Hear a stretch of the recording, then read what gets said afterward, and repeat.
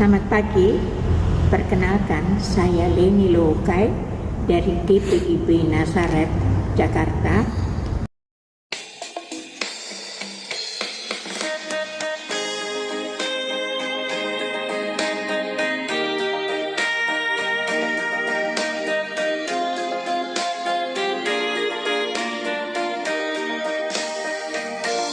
Kristus memanggil diriku, juga mengutus dirimu untuk wartakan kebenaran firman-Nya. Jangan abaikan suaranya, jangan tegarkan hatimu. Kristus memanggil dan mengutus dirimu. Dia mengutus,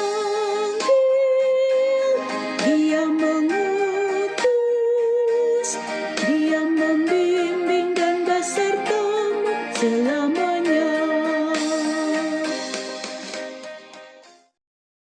Kami hendak membaca dari firman Tuhan, tapi sebelumnya mari kita berdoa. Bapa pengasih dan penyayang, kami datang pada Tuhan membawa syukur dan terima kasih karena Bapa ada terus bersama dengan kami lewat nafas hidup, kesehatan semula, kekuatan tubuh jiwa, pikiran sehat sempurna. Bapa, kami hendak membaca dari firman Tuhan. Kuasai hati dan pikiran kami dengan Roh Tuhan yang kudus, agar firman yang kami baca, kami dengar boleh menjadi pedoman, berkat, kekuatan dan penghiburan bagi kami. Dalam nama Yesus kami berdoa. Pembacaan firman Tuhan terambil dari 1 Petrus 2 ayat 18 sampai dengan 22 yang menyatakan, hai kamu hamba-hamba, tunduklah dengan penuh ketakutan kepada Tuhanmu, bukan saja kepada yang baik dan peramah, tetapi juga kepada yang bengis. Sebab adalah anugerah jika seorang karena sadar akan kehendak Allah menanggung penderitaan secara tidak adil. Sebab dapatkah disebutkan pujian jika kamu sabar menderita pukulan karena kamu berbuat dosa, tetapi jika kamu berbuat baik dan karena itu kamu sabar menderita, hal itu adalah anugerah di hadapan Allah. Sebab untuk itulah kamu dipanggil, karena Kristus pun telah menderita untuk kamu dan telah meninggalkan teladan bagimu, supaya kamu mengikuti jejaknya. Ia tidak berbuat dosa dan tipu daya tidak ada dalam mulutnya. Demikian pembacaan firman Tuhan. Pembacaan SBU demikian bunyinya. Tetap kuat dalam penderitaan di era digital. Di zaman digital ada banyak yang masuk kategori sebagai menderita karena berbuat baik. Hal itu bisa terjadi dalam berbagai bentuk yang tidak selalu fisik, tetapi emosional, sosial, dan psikologis. Seperti kita akan dibully atau dihina di media sosial karena menyuarakan kebenaran atau nilai-nilai kekristenan seperti kesetiaan, kesucian, dan kasih. Dikucilkan dari pergaulan online karena tidak mengikuti tren negatif seperti gosip, ujaran kebencian, atau candaan kasar. Ditolak atau diserang karena menyuarakan keadilan, membela yang lemah, atau menyatakan iman secara terbuka. Rasul Petrus berbicara kepada orang percaya yang hidup di bawah tekanan ketidakadilan. Ia menegaskan bahwa menderita karena kesalahan sendiri bukan hal yang mulia, tetapi menderita karena berbuat baik adalah kasih karunia dari Allah. Firman Tuhan ini memberi pesan bahwa penderitaan yang tidak adil seringkali datang dari sistem atau orang-orang yang memaksakan kehendaknya kepada orang benar.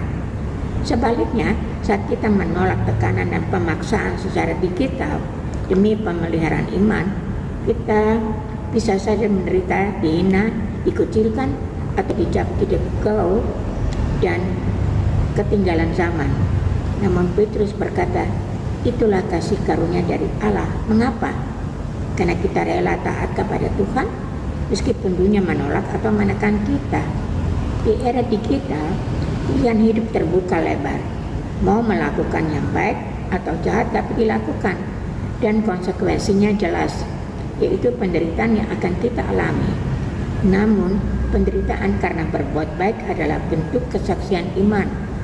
Ketika kita tetap memilih kasih, kebenaran, dan integritas meski harus dikritik, didera, maka kita sedang hidup sesuai panggilan surgawi, dan itu adalah kasih karunia dari Tuhan Yesus memanggil kita untuk meneladinya, tetap kuat di tengah tekanan ketidakadilan, dan tetap berbuat kebenaran demi Tuhan Yesus Kristus.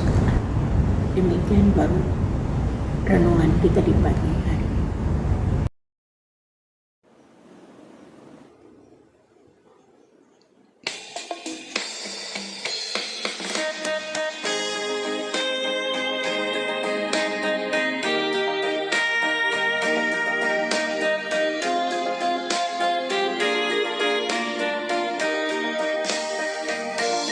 Mari semua ikutlah memberikan diri padanya. Jadilah Allah dalam tangan Tuhanmu. Pergi ke seluruh dunia, nyatakan kasih Tuhanmu, supaya dunia pun percaya padanya. Dia Dia mengutus, Dia membimbing dan besertamu selamanya.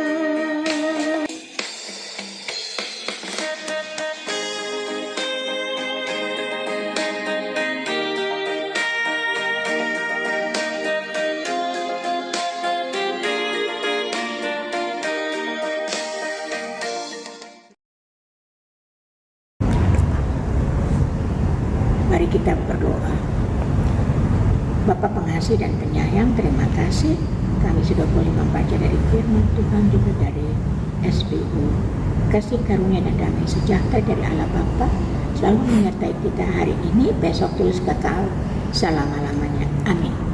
Terima kasih.